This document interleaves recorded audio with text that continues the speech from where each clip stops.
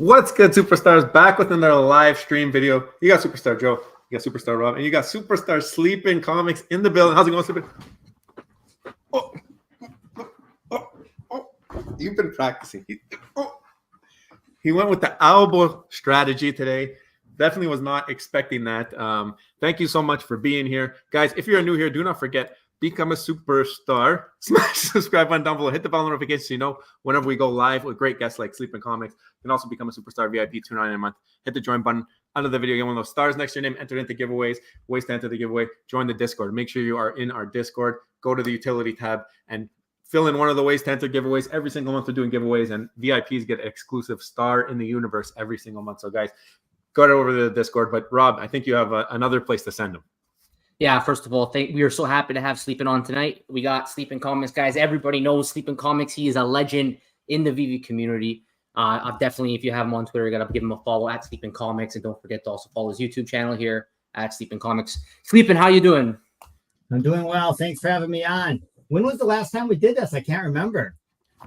Ooh, it might have been 6 months ago, maybe 8 months ago. I have something in that range. Yeah, it's been a while. It's been like 2023 early, maybe way too long. We were due to hear from the legend Sleepyn Comics. I think a lot of people in the crowd are excited to hear from you guys. If you don't mind, tweet out the stream. Let's see if we can get as many people as we can in here to hear from Sleepyn. I think it's gonna be a good talk and it should be a lot of fun. Yeah, and Sleepyn, we wanted you on today because a while ago you did this beautiful post, and I think it's a very relevant post because it's something that everybody can talk about and give their opinions on. And it was a drop ideas and thoughts. So just for everybody, I'm going to go back. I'm going to read this. Okay. So guys got to listen because I'm going to read it out loud. It says, currently the initial drop represents the highest ROI. Veve wants to mint and sell out the largest mint pool possible. However, as we know, this is at odds from a collectibility perspective.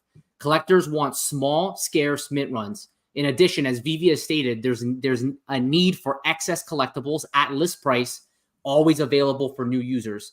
But we've seen large mint sizes can deflate the collectibility value and prevent collectors from buying the initial drop. Ideas and thoughts. Burn excess supply 24 to 48 hours after the drop. This will put less stress on Veve to determine the perfect mint size and will reward collectors who buy it.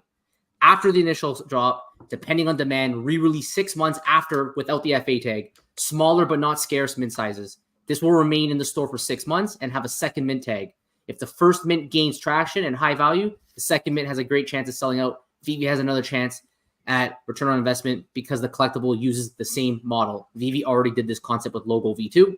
MCP drop pool gets allocated more of the lowest mint numbers, and master collectors could select and bid on specific rarities in a blind box, has higher minimum MCP, like 50K small allocations. We got to start right from the top here. First, before we actually do that, why did you make this post? Oh, good thing you read it because I forgot all the specifics of it. No, it's I think we've been struggling with that. You can see whenever you go to the Twitter space or hear like people such as yourself talk about this, we're always trying to figure out the mint sizes, what's that relationship to the amount of users, what's the price? I mean, there's a algorithm that they're using, and when they for whatever reason, and there's things probably outside of their control, guess wrong, then we do see some of these drops not be as successful as we might think. And so I was just trying to come up with some ideas, and a lot of these are being used by like McFarlane, for example. They burn the stuff sometimes same day, I think. So, it's not like I was, came up with something crazy here. But I was just trying to come up with some ideas to create scarcity because obviously, as we know, at least in the short term, scarcity kind of rules the day. And then, I think it's still to be determined a little bit on where all the dust is going to settle, 5, 10, 15 years or from now with all these collectibles. Yeah, I think so now we can jump to the first one here. So burn excess supply. It's definitely being done around the space. And it's relevant because even today in our comments, we had a comment from a viewer who mentioned that Cryptoys just released their marketplace coming out June 1st, and they released a 30,000 mint Star Wars Volume 3, which included FA Mando, FA Grogu, and Bo-Katan, right? So it's a pretty big drop from a digital collector's perspective.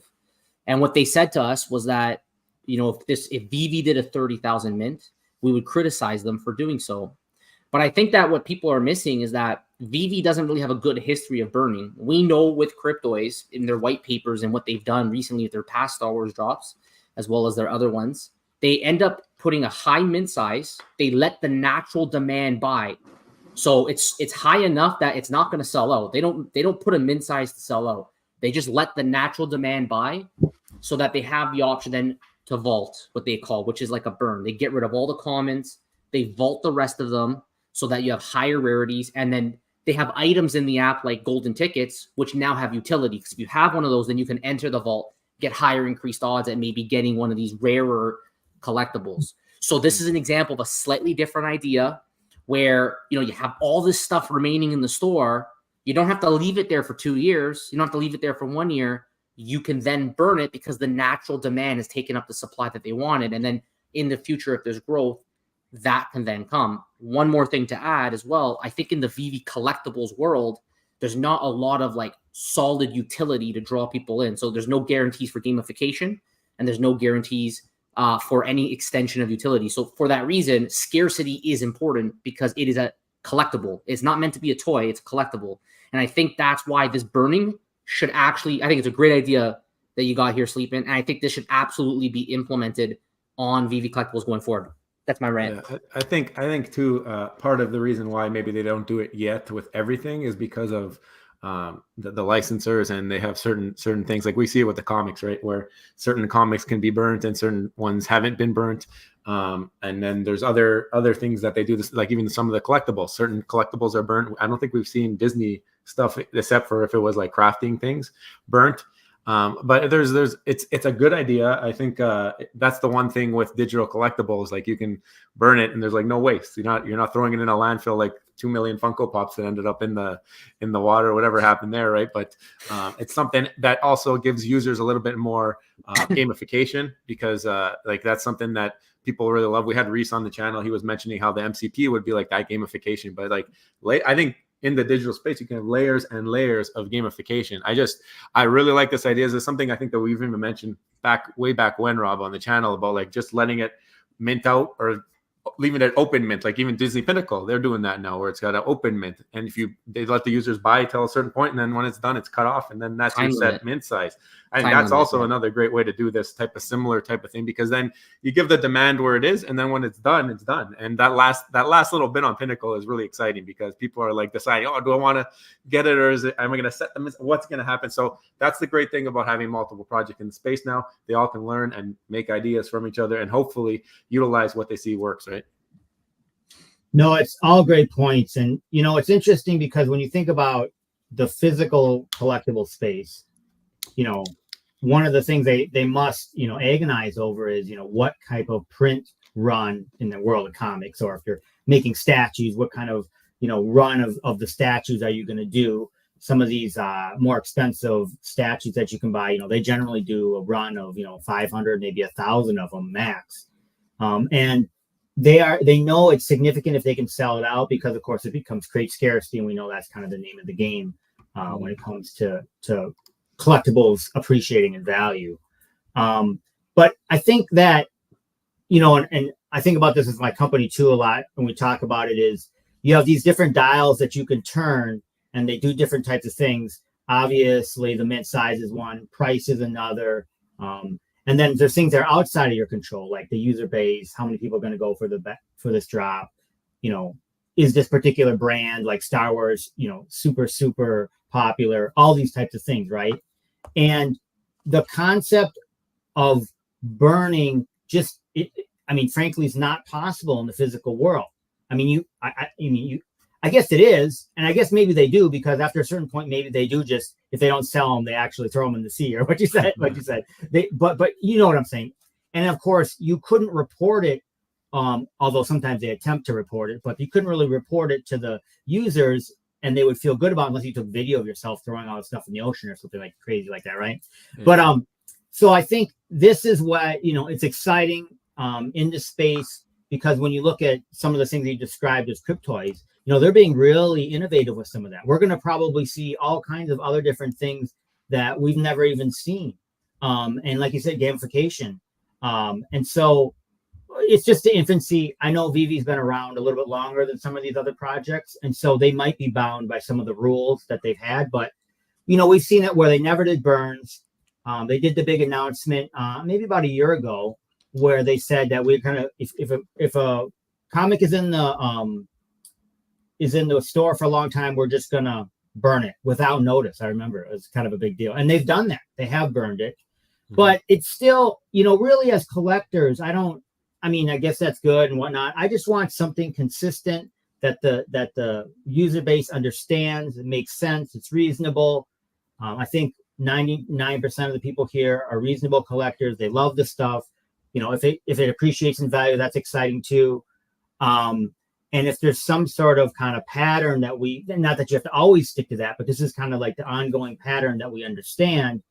I think that the consistency of it will help, I think. Yeah, and again, it just ties right back into like the importance of being if the app, and I think this is the intention, is intended to be a collectible app. So that is the utility. The utility is the collectibility of it itself.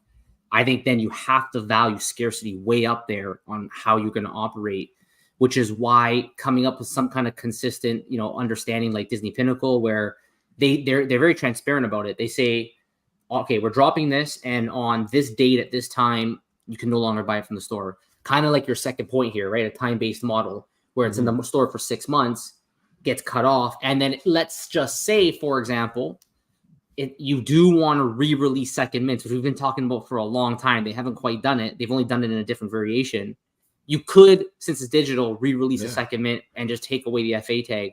So I think it's a valid second point as well. And I just think that maybe they're in the mindset of kind of like that bull run when they're the only player in the game that they can get away with it, where, you had millions and millions of dollars coming in, potentially in some cases from illegal means, but they did have tons of money coming in, and they were able to sell out every drop, even at 60,000. I think they've definitely dropped mint sizes significantly, but sometimes it's still not enough to sell out. Why leave it in the store for another 6 months? Reward who's here today, because people are leaving, and just burn it now. Make them happy now, even though I know you want to plan for the future with new users. Just burn it now and make the people who are here today happy. And then, and they're serving a lot of masters, right? There's this kind of concept that we've heard. I'm just going with things that we've heard throughout the years, right? So one was, we want to kind of be a Walmart. We want to have things on the shelf. So we burn everything. You come into Walmart, there's nothing there. So I get that, right? Totally understand that. So that's why, and the other element is obviously they're running a company, so there has to be return on investment. They've invested a bunch of, time into developing these three-dimensional or whatever they are, comics or whatever they are. You need to recoup those costs, make profit. I get it. I'm totally on board with that. And so that's why I was thinking, and so they're like, okay, I could sell this, that. We even have heard things that they said at one point where, remember back in the day when things were going crazy, that they were scared because the prices were going up so fast. They wanted to, quote unquote, cool down the market. Remember how we've heard them say stuff like that. I just, along your lines, if they just, you always want to guess at some sort of reasonable mint size, right? And then, match the demand with what you expect. But if it doesn't work out for whatever reason that we don't know, then you're right. The scarcity is protected because you burn.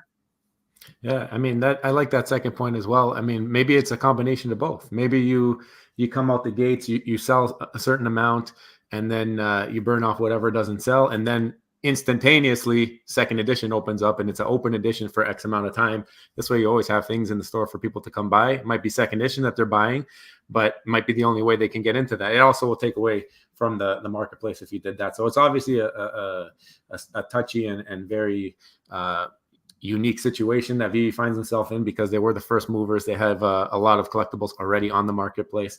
But again, the burning is a great idea because we have more and more drops coming out, more and more mints coming out, and maybe not as much growth happening in the space at the same time. So it's a great way to kind of bring that in and maintain some demand in the marketplace, because I think you do have to have some demand for it to be a sustainable model. I don't know, I think that's maybe the way they got to start to look at it. It'll be a lot more fun and more gamified. Like if we have options to burn, or if there was crafting to burn, because now I know like people, they don't want to burn things to craft. Well, that's kind of the game. You burn it to craft it, and then you see what's left over. That's how those ones have been the most fun for me, at least for the crafting. If you wanted to play devil's advocate, and I think there's examples on both sides of the aisle in Veve where they have done burns, where you burn something and then it's actually gone up in value. But if you take, for example, like Kingpin, because I was looking at that one before we started, that one they burned, if you recall, and there's not very many of the Kingpin. I think there's only like 800 or something like that, because they burned, a lot of them, and it really didn't go up much in value. And actually, a couple of people asked me about that, and I always say it's and you also hear this kind of it's undervalued, or it's being underappreciated or not respected, or you hear all kinds of stuff like that. And I just always look, this is what the market will bear, right? For whatever reason, Kingpin with 800 units available, I don't know what he's at, 50 gems or whatever he is. That's what the market will bear. That's the real value of that Kingpin collectible in the universe that we're kind of in right now.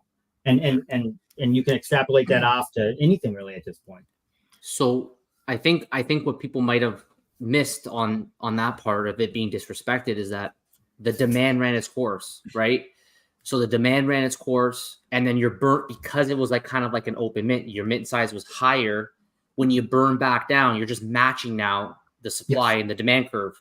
So it would need some kind of fuel to really take it to new heights. So what is that fuel? Like in McFarlane, for example, they decided that if you had the recent dragon, you would then be able to go and get a super scarce one airdrop. So all of a sudden, if you now say, okay, well, those who do have it in their collection, if you burn it, if you do this, some kind of linked utility, and you can't buy from the store now, so it's capped, that obviously would lead to increase probably in value, since this is a collectible app. So that's really important for everybody who's here.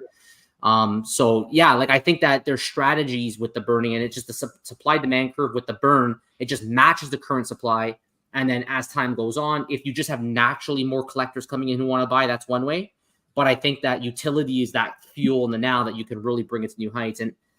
And maybe if there is maybe the Veveverse, if it ever comes, like we haven't seen it, right? If the Veveverse has some kind of cool gamification utility, although we're not really sure what that is, it looks like it's mainly a home space. But if they are able to pull that off, maybe that could bring in some more demand to some of those collectibles that are now sold out in the store. Well, and I'm more of old school collectors. So when you look at comics, I'll give you an example. I got some comics. Gotta show some comics. So we have this one on the app. This is the first appearance of Mr. Sinister. So, this comic, it's gone up in value quite a bit over the past couple of years, even though comics have gone down. It goes up and down, right? But there's no utility for that comic other than to read it, right? Or collect it or whatever. So the things that make kind of comics and other things expand in terms of the amount of demand is that character is in a movie or something like that. And if you've been watching X-Men 97, Mr. Sinister's in it. He's one of the big bad guys in it. He's pretty cool. And so you've seen an uptick.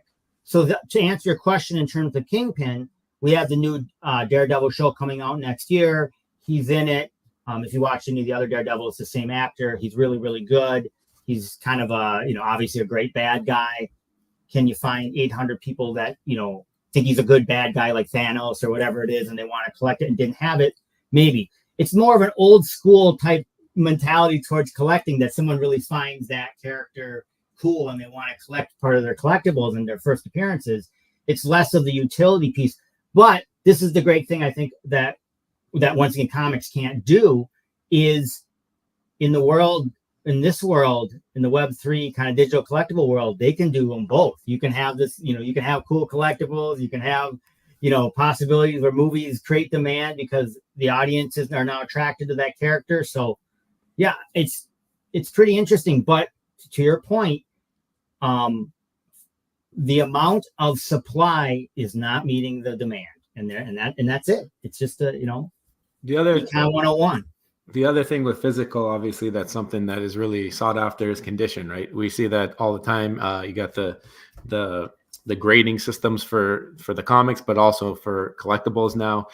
So I think the burning kind of would be like that type of system, because the total number of things over time that remain in pristine condition will be less, because certain people won't remember they have it on the shelf, or because there's so many different collectibles IRL. So I think that's something we got to take into account too when we compare physical to digital, because we don't have that comparison in digital. So for digital to be more unique or something that is sought after, there has to be another layer or something else that makes it different. So be that utility, or be that burning mechanism where the numbers that exist change, or can be gamified in a way. I think that's what will set us apart. If it's meant to be a copycat, I don't know that other than space saving, digital will be the way. I think we have to see more, and I don't know what that more is yet, but I think we're kind of on our way there between all these platforms and what they're doing. We're starting to build that and understand what it's going to be, but I don't think it's a one-to-one comparison when it comes to just looking at it being a collectible, like what Rob was saying earlier. I think there's got to be that next layer. Well, one thing about the comics is that, I mean, the comic you just showed, I think it would be the first time the world ever even was introduced to Kingpin, correct? That's FA Kingpin ever in any format. So I think it's very hard or Sinister in that case. Sorry, I thought you mentioned Kingpin there, but yeah. No, Sinister. Kingpin, yeah. Kingpin, Sinister, they're all the same, right? Yeah. But that's the first time Sinister was introduced to the world, and it just happened to be in that comic physical format. I think eventually digital comics may be equal, because they might have a new character who becomes popular, and it's the first format in the world was ever introduced to them was actually digital. So I think there's a chance there to really get some pretty cool correlations. But I want to say something. I got to give you massive credit. Okay, I don't think people talk about this enough. Okay, Veve rank. If you go back to when this space started, I'm telling you right now, the majority of people did not know about comics. Okay, they were investors. They were investors at heart. They were not collectors at heart. Okay. They came into this app because they wanted a good flip. They want to buy an NFT. They want to sell an NFT, and they want to make money. This was what drove the majority of users on this app. Specifically, you in comics and crypto, you guys are experts in this field. You decided that you're going to go and help the community. You decided you're going to educate the community on these comic books and let them all know about the history of them and the physical valuation. If it wasn't for you guys exposing this value to the entire community of investors who are here for a good flip, I believe that the comic book sector in Veve would not have been as successful as it would have been. I think there's so much credit that should go to both you and the comics and crypto for educating the entire community and showing people the value of these things in the physical world, and how that could potentially, maybe, there's no guarantees here, it will translate to the digital world in the future. And that's a whole other conversation about how that's going to translate. So I don't know if you've been told. I think we've told you that before in the past. But if you guys don't make these websites, what do people do? Well, I don't think they're Googling and researching. I think you just gave it. You served them on a platter to say, here you guys go. I appreciate that. I mean, I think obviously there's a variety of reasons. Your channel too was to just, for me, I like comics, so I'm trying to tell people kind of what I like, and especially back then there were a lot of questions. I remember so many Twitter spaces I go into, and people did not know that Amazing Spider-Man #1, which had come out, was not the first appearance of Spider-Man, and stuff like that. And so if you're I basically had an Excel spreadsheet, and then I remember those. So it was, and I've attempted to try to keep it up. It's been, sometimes I miss a job here or there and I have to go back, but for the most part, I've tried to keep it up. I've tried to be consistent with my tiers. I think some of the things that I put in certain tiers, maybe like B or C or A, I think the S tier are probably pretty good, but maybe I would move around. But people have made financial decisions on some of these tiers, so I get a little bit nervous. And but overall, the feedback that I've gotten from that website and really my channel in general has been really, really positive, and so I'm so appreciative of that. And if people found it good and useful, I'm happy. I'm glad that. And yeah, it back in the day, I do think that it was getting quite a bit of traffic. I haven't looked at it in a while, but yeah, back in, as we all were, right? All of our channels are getting more views, et cetera, et cetera. Yeah.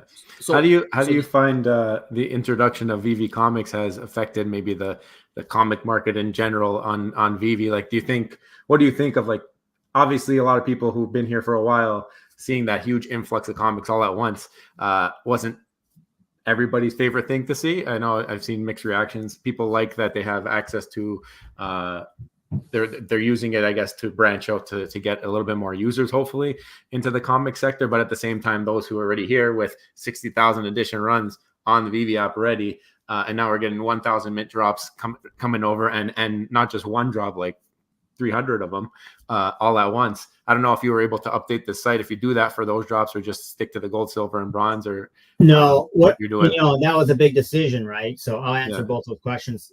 First, I'm just covering the drops that they're doing Veve. So they're still hand picking the big keys, which is basically what they've done over the first, 2.5 years, and dropping them. Really, we don't have many big keys left. These would be considered, really secondary keys, like Typhoid Mary's not a big character, right?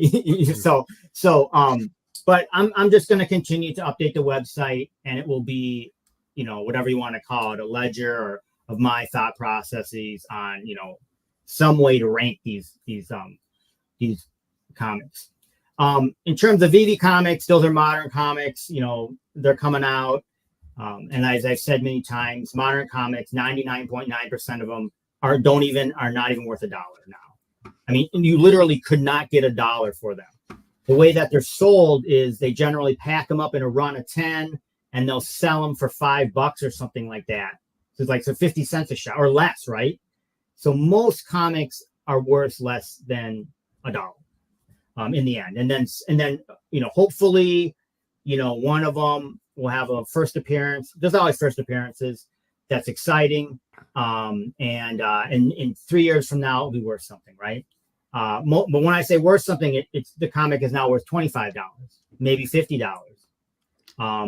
In a 9.8, it's worth $75. It's not like what we're seeing on Veve, where these comics go for $1 million, literally, like AF-15, etc. So I just want to. So Veve Comics is two things. Veve Comics is same day. If you are in another country and you can't get to the United States or wherever it is, you got to wait. You can buy comics. You can read them. You can read the runs. You can be a fan. It's awesome, just as if you were collecting comics here.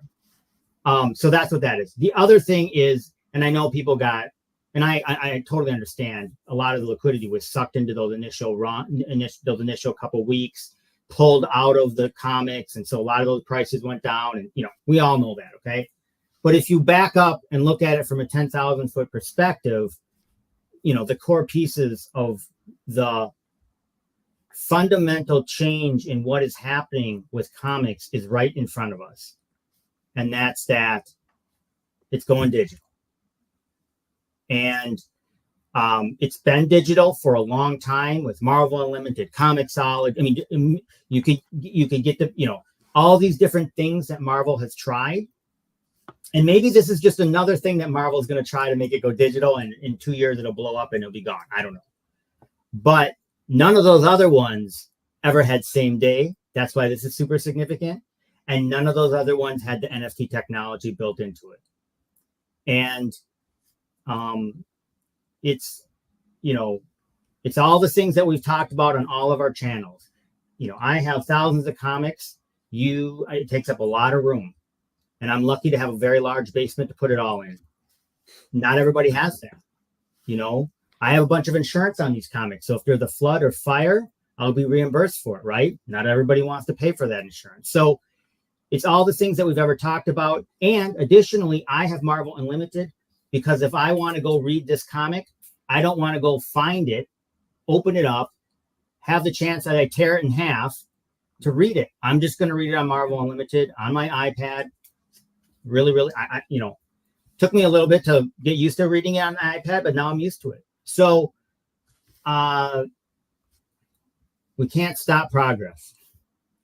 Yeah, you might be. I remember like a lot of my friends or my parents. You may hate the internet back in 1996, but you could not stop it. Yeah, that's a great point. I mean, I think it's very significant that Veve Comics can get the same day releases, and that I think for sure, like this is how the world's going, right? It's going digital. I think that the physicals, I mean, from the people that I met at DCon there, we met real comic book collectors. These guys are hardcore. They have no interest in the digital at all. So I think unless you almost force them into it, I don't know if they're gonna just jump over there. We're never getting those, easily. We're never getting of the. I always say of the hardcore comic book people, there's whatever, I'll make it up. There's 100,000 of them. We don't know, and we've got maybe 5% of them. We might double and get 10% of them. Those other 90% are never buying NFTs. They're never just not into it. That's cool. Just go collect your comics, go do your thing. No worries. But guess what? There's a bunch of people in New Zealand that, they can't get same day. There's a bunch of people in, pick your country. Yeah. You can't get same day. You might live in a small apartment, et cetera, et cetera. It might take that. It might take the next big superhero or next big character's FA on digital to be kind of the entry point for a lot of these people who collect that way, though, right? Like maybe if they want, and maybe it's exclusive, maybe that's the next step where it's not same day, maybe it's only on Veve. And then that might be another big change. More old school than that. I'm like, you go to the movie, you see Infinity Gauntlet, you're like, this was cool. Like, I kind of like that. And so, a lot of people watch those Marvel movies now. They haven't been very good lately, but so then you take a chance. You're like, I want to read this. You end up reading that the old school Infinity Gauntlet story, right? Mm-hmm. And then you're interested. There's Silver Surfer in here. Who's this guy? Because Silver Surfer is in the original Infinity Gauntlet story. So then you're studying. It just all. Now, once again, we're not getting. I don't know how many people saw the Marvel Infinity War movies, but a lot, right? But it's just percentages, right? And then the other thing would be, which we have seen, is from a V. And I don't just want to talk about Veve. I'll talk about some of these other projects too. Is that what really I think about way back when? What drove all of the audience into Veve and some of these other NFT projects? Obviously, the money. People wanted to, people got excited. They could make a bunch of money, but if you recall, really, a lot of people came into the OMI token or crypto tokens. And so I think that there are limited roads in which you can find people to come to Veve. And I know they've been trying, and frankly, they probably haven't been as successful as they wanted or as we wanted, right? Including Cryptoids, including McFarlane, including a lot of these projects. Where do they go and get and find new users? And it's going to be a combination of 10 different things, I think. But I do think that crypto has got to take off again. We've got to see that bull run.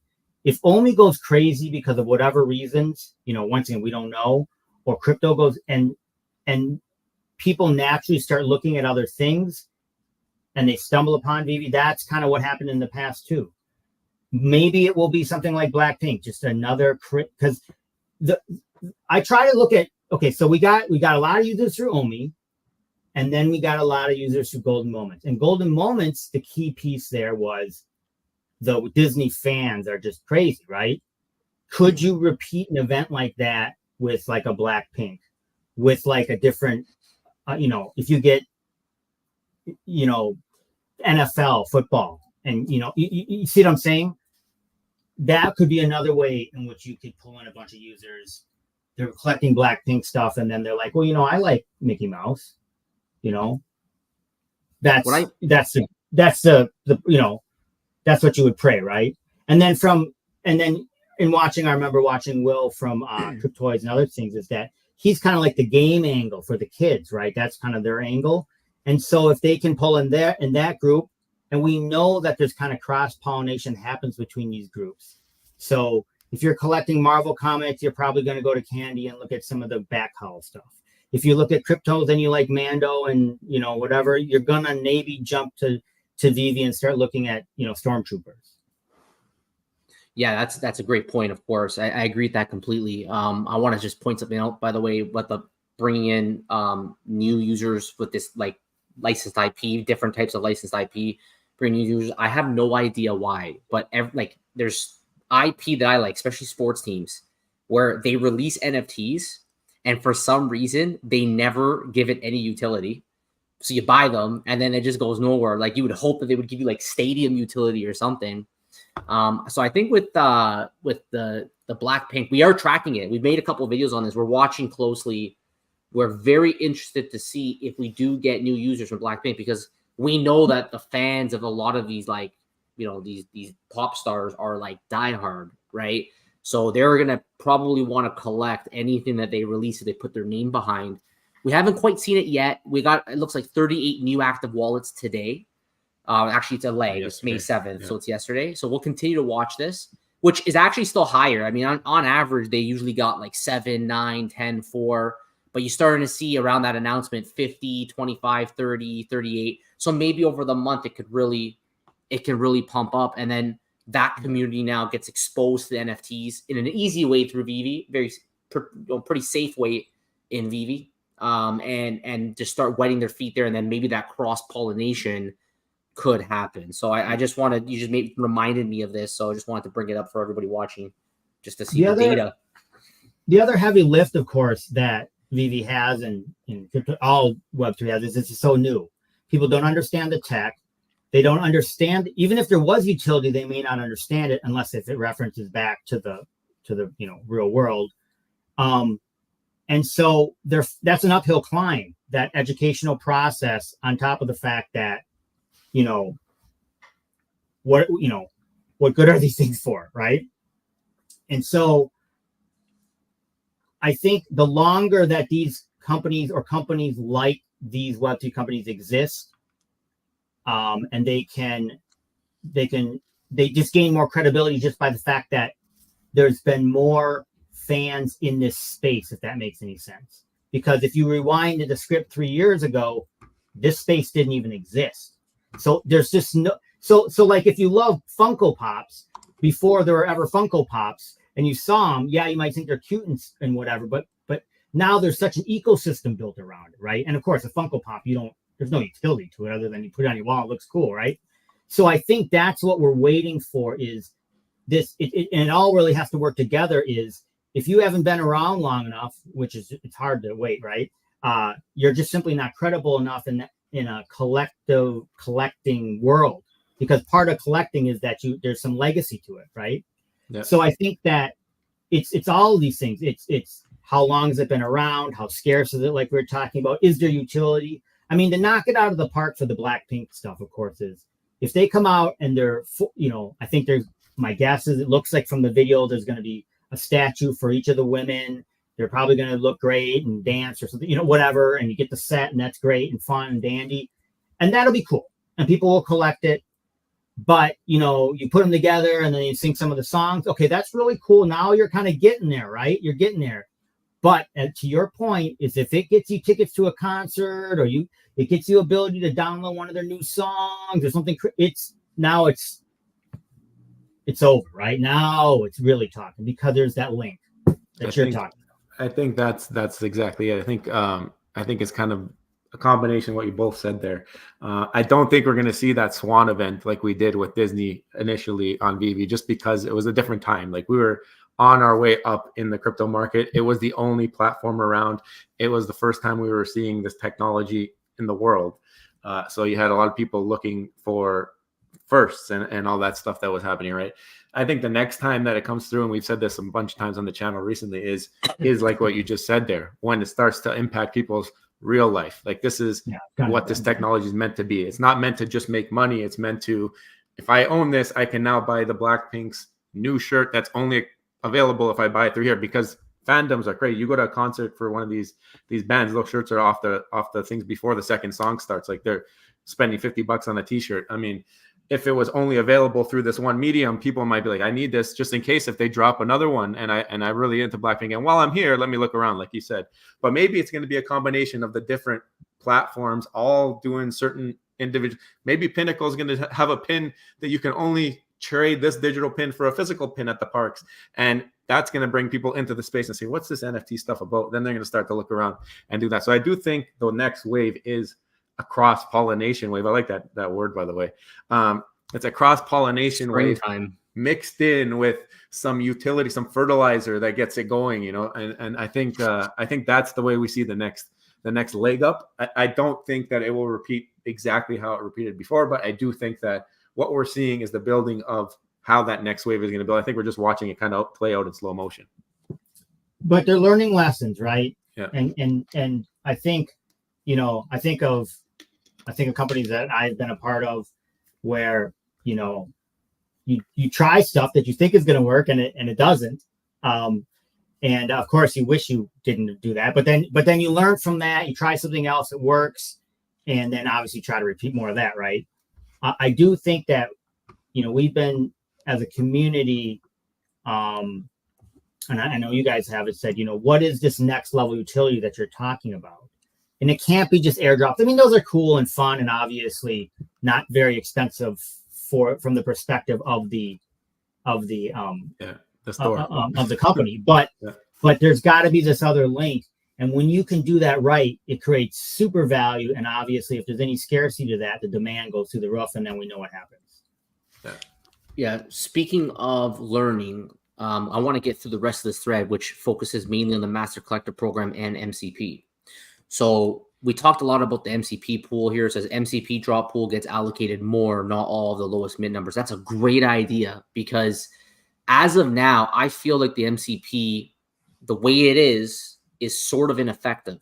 A lot of times, I'm not sure if it's really worth using your MCP points to go for drops, especially because they only allocate, let's say, 60% of the drops, so that 40% of the other people can get it still. So you're burning MCP points when somebody might still not get it, and then somebody who didn't even put any up will end up getting it, and they have the reasons for doing that. I love your idea, though. At least that way you give MCP points some added benefit so that they actually can get lower mints. I think these are minor tweaks that could go a long way in terms of bringing more utility to the MCP program, and therefore, and I know they have a long list of utility that they want to bring, like renting and all that kind of stuff, but who knows when we're going to see it.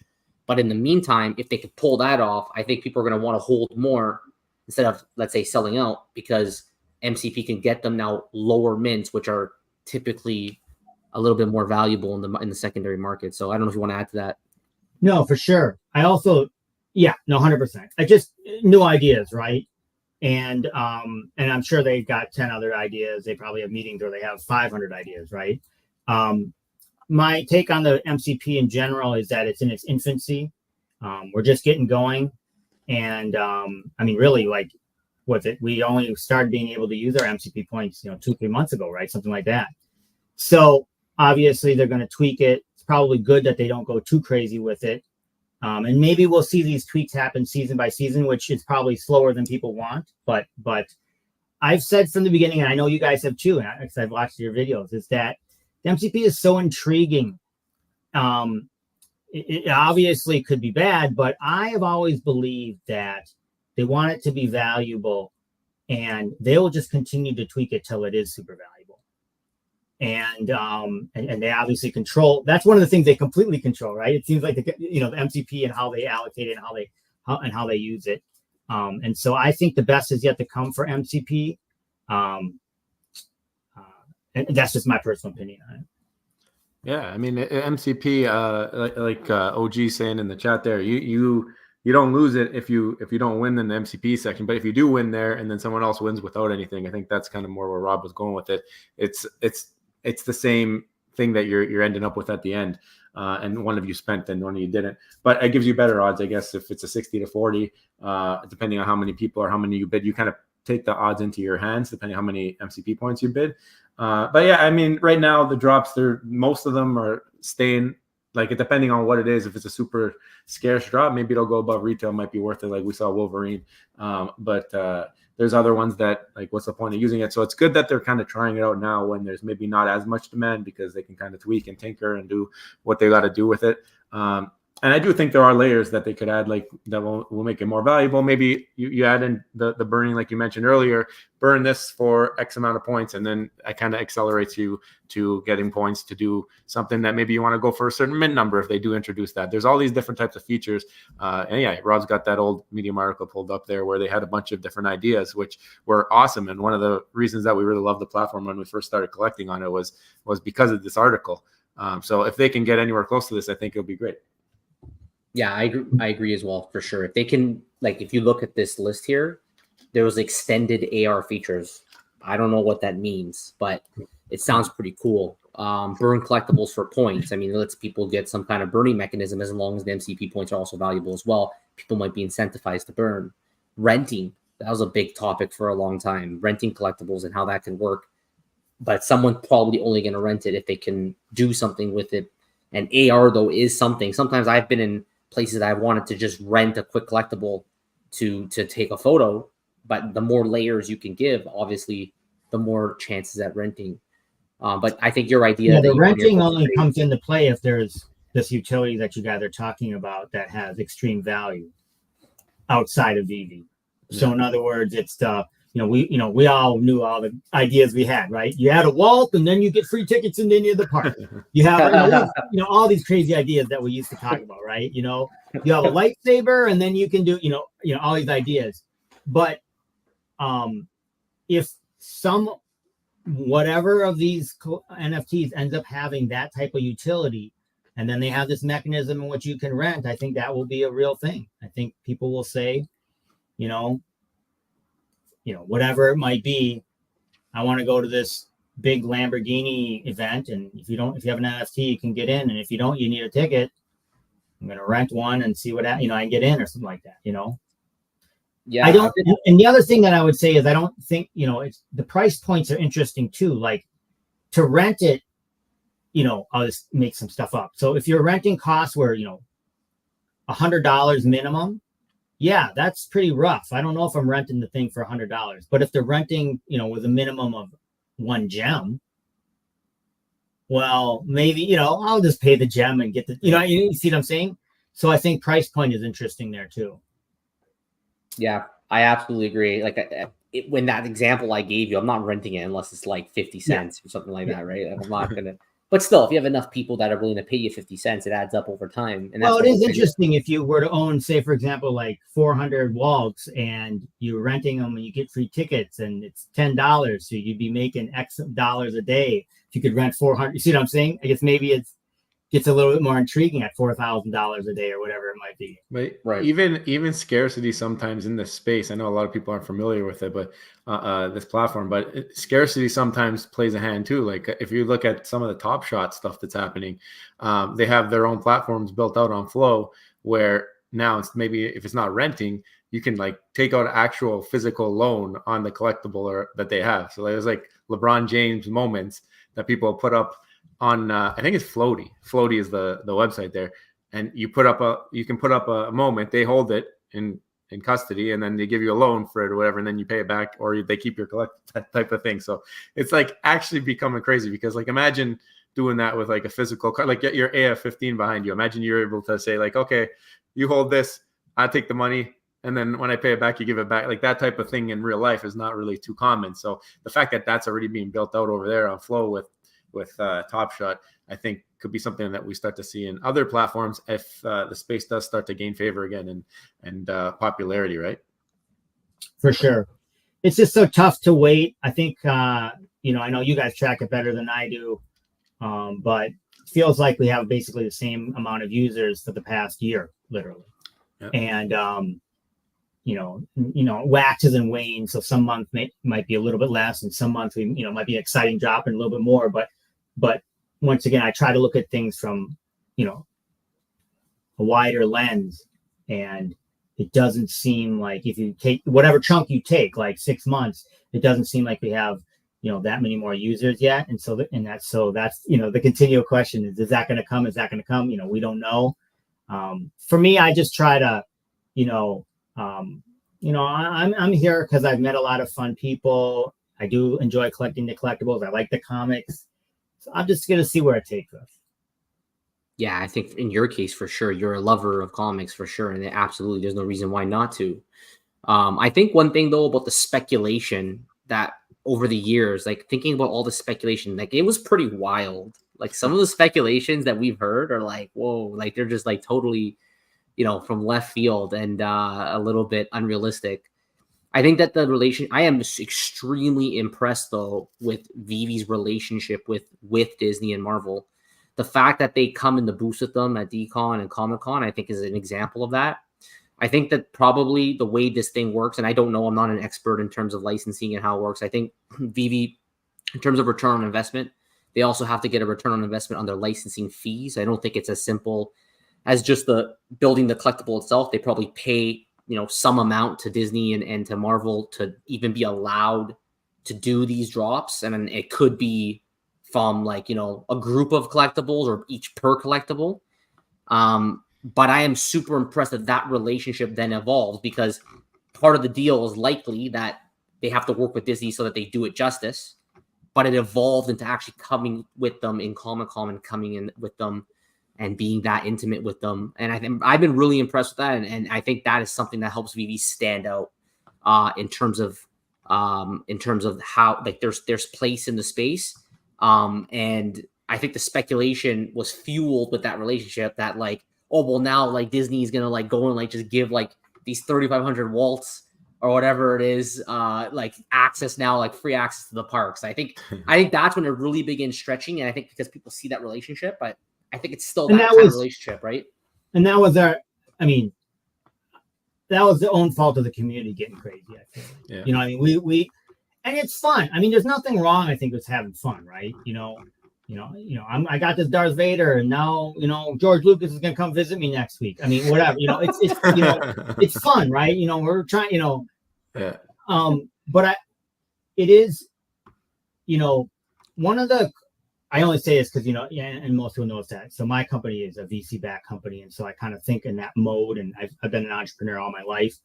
And so when you're looking to start a company, or you're looking at something in which VCs or large companies or other things are going to invest a ton of money, where you don't know if you're basically going to get it back, it's super high risk, high reward, right? You always want to try to kind of look at an arena that is just transforming and growing. So, for example, I'll give you two examples. So my first company, as most people know, was a company that built websites. I was very, very young when I started it. I was pretty much an idiot. And, we just did all kinds of crazy stuff. And most of the stuff we did wasn't probably that smart, but we built websites and our company grew. But it grew because the internet was going gangbusters. So we were like hanging on to this tree limb that was growing. And we just grew with it, right? It's not that can't be done in a mature area. So let's say you pick something that's been around 100 years, like accounting or something like that, right? It's not that you can't create something new and do business in that arena. It's just that it's so mature, you're not getting the advantage of the explosive growth of that relatively new market. And so I think that Disney and all these other places, and really want some credit to Veve and all these other companies, they have talked to these large companies, and they're saying this area here is going to grow. We're going to be a part of it. This is our little niche or whatever it is. And, just by grabbing a hold and doing our part as it grows, our company's going to grow. And hopefully if we do a couple other things really, really good, including just using your brand, we can even grow more explosively. And so I think it's just, a lot of these companies, they don't want to put in the whatever $100-200 million to try to figure it out on their own. They're like, well, let's just see what happens here. Of course, they want to protect their brand, so that's always dangerous. But I think that's definitely what they're trying to do. I think that all these different companies that are starting to get this IP, they're working on them. They're trying to get them to loosen up a little bit and see what happens. And hopefully, we start to see a little bit more flexibility. And then we might start to see some of these utilities that everybody's hoping for. Rob, maybe we just go through a bit of the chat here. Just quickly, I skip over a bunch of stuff here, but want to pull up some of the highlights that I see here. This one here, some of the licenses agreements don't have 6% market fees. So they might want to keep Ultraman in the market until they sell out. That makes sense. Like if they're not going to if they're getting a smaller fee on the collectible sale. So that might be one of the reasons we don't see certain things burnt, I guess. We had another one here that I wanted to pull up. I think it was JW. Do you think renting would drop the value of collectibles or market activity? Why buy when you could rent? Rob, you want to take that one, maybe? I don't know. Again, I think it really depends on what utility there is. Like, why are people buying this stuff right now? Are they buying it because they just want to use it in AR? And my sense is that they're mainly buying it because they're hoping to flip it in the future. I think that's the main driving force of why people are buying this. So I think if there's more utility, then maybe you would have less buying. Like, let's say there's meaningful utility. Yeah, people will, instead of, spending the money, $100, let's say, to get the collectible to hold, and it has meaningful utility, they'd much rather just rent it. And it may taper off the amount of buying. But I think in the near term, renting would be, I don't think renting would stop market purchasing, because the reason why people are market purchasing is actually not to use it in AR. It's to then hopefully, I think, flip it. I mean, I don't have enough. I think it's at this point, and this is just my take on it, of the, and I don't know the numbers, but I always say 5,000. There's 5,000 people here, because sometimes we can sell out a 5,000 mint comic, but most of the time we can't. You know what I mean? So I always say there's 5,000 users. I don't have, that's the number I use. It's certainly not 50,000, because then, that 5,000 mint run would sell out, right? And maybe it's less than that when you look at Wolverine, right? So, but either way, my point is that I think there are, exactly like you said, most of the people here that are buying stuff to flip it on later, which I think most collectors are, right? Even me, I got comics. I love Mr. Sinister, right? But hopefully at some point this comic is worth something, right?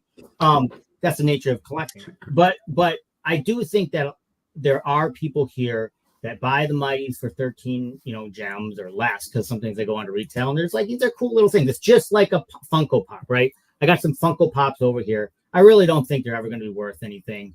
My wife bought me one, so that's meaningful, whatever. There is an element of that with some of the stuff. Yeah, there you go. Do you think that thing's going to be worth anything? No, it's just cool, no chance, right? Yeah. So I think there's some of that. The Lambo is cool. The Lambos are cool. Maybe, I probably never own a Lambo in real life, right? So there's some of that. And so I bet you, once again, I'm just making up numbers. 50% of people probably are investing in some stuff they hope goes more. And some of them just think the stuff is cool and they're just hanging out and they like people.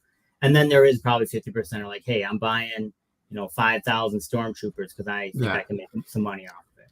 And when we're spending more time in a digital overlay or whatever you want to call it, I think that'll be even more meaningful when you have things that you like. That's the flipping, right? That's the game. That's the risk. That's the you say goggles, but it is every time you invest in anything, right? I love that. Anytime you go invest in, think about Tesla, right? Is it going to work? Is it not? Can this guy actually build these cars? It's anytime you're investing in high risk, kind of relatively unknown tech, risk reward. That's true. Michael Campa, how's it going? I would like to see Veve and Blackpink release limited edition new song in NFT format that gives you ownership of that song, and it would be like first time ever existing that song. If that blows up, you got to. I mean, I made a hot take on this yesterday, Sleeping. I want to hear your hot take, and then I'll tell you my hot take. So we went from this type of technology already, where we owned the song, we owned the CD, we owned the cassette, and now we've moved on to subscription based, just because one fee, you get access to everything, you get to listen to the song, you move on. Is there a way you go back into wanting that ownership? Is that something that we see from this Veve Vibes platform, or is it going to be kind of like a mixed thing where it's like, okay, we own it, but also I have this collect. Like, do you need that extra piece? Like, where are we going with this? Like, are we going back in time here? What are we doing? Well, okay. The answer to that is we've never had the ability to own digital stuff because the NFT technology is so relatively new.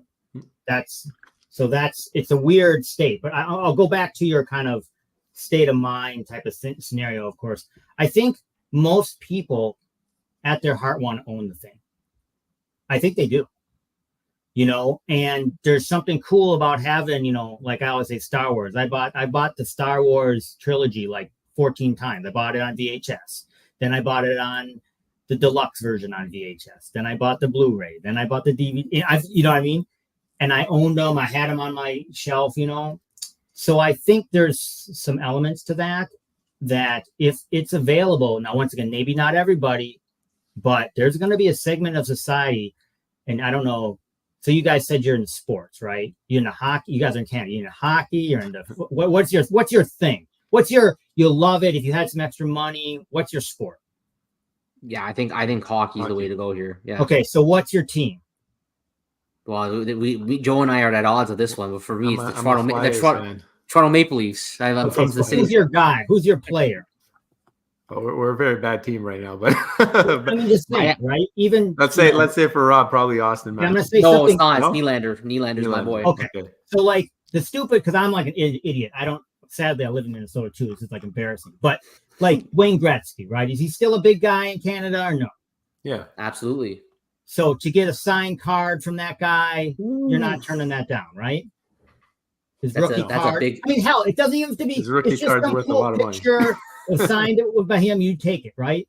You know his rookie card's worth a lot of money, right? You know this, or you know this, okay? yeah. I mean, it's Wayne Gretzky, right?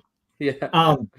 But my point of it is that when you talk about something that you guys don't care about, like Marvel, no offense, I know you know whatever. It's kind of hard to get your guys' blood going, but when I can try to go to something that you guys are really passionate about, more from a collecting perspective, and I say to you, you could get, one of these 2000 rookie cards for $15. You think you'd go for one? You'd say I'd go for two. You know Absolutely. What I mean? And yeah, I hope it goes up in value, but it's okay. I'll just have it because I like Wayne Gretzky. See what I'm saying? And that's where I think a lot of people are at. That's where I think Veve is trying to get to. That's where Cryptoids is getting to. And if they can get some of those people, and there's more than 5,000 of those types of people in the world. That's the problem. They just got to find them, and they got to convince them that this thing is not a scam. All right. Well, let me give you a Blackpink because I know we got to run here. So my daughter and wife and sister and other people are into like K-pop. I am not. Okay. I am Korean, but I'm like a bad Korean. Okay. But my sister said like, Blackpink, I'm not going to say it's exactly right. So please don't kill me on the comments, or you can't kill me. It doesn't matter. But they like kind of broke up. She said they don't really even make much music anymore. What? Don't they hate each other? Really? I mean, I don't know. I'm ignorant. Okay. I'm like a fool. All right. And she's like, yeah, they're not even one of the big guys, So I was like, okay.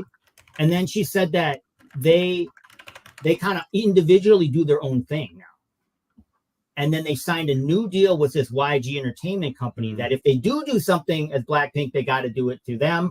But otherwise, they're each their own star in their own right now.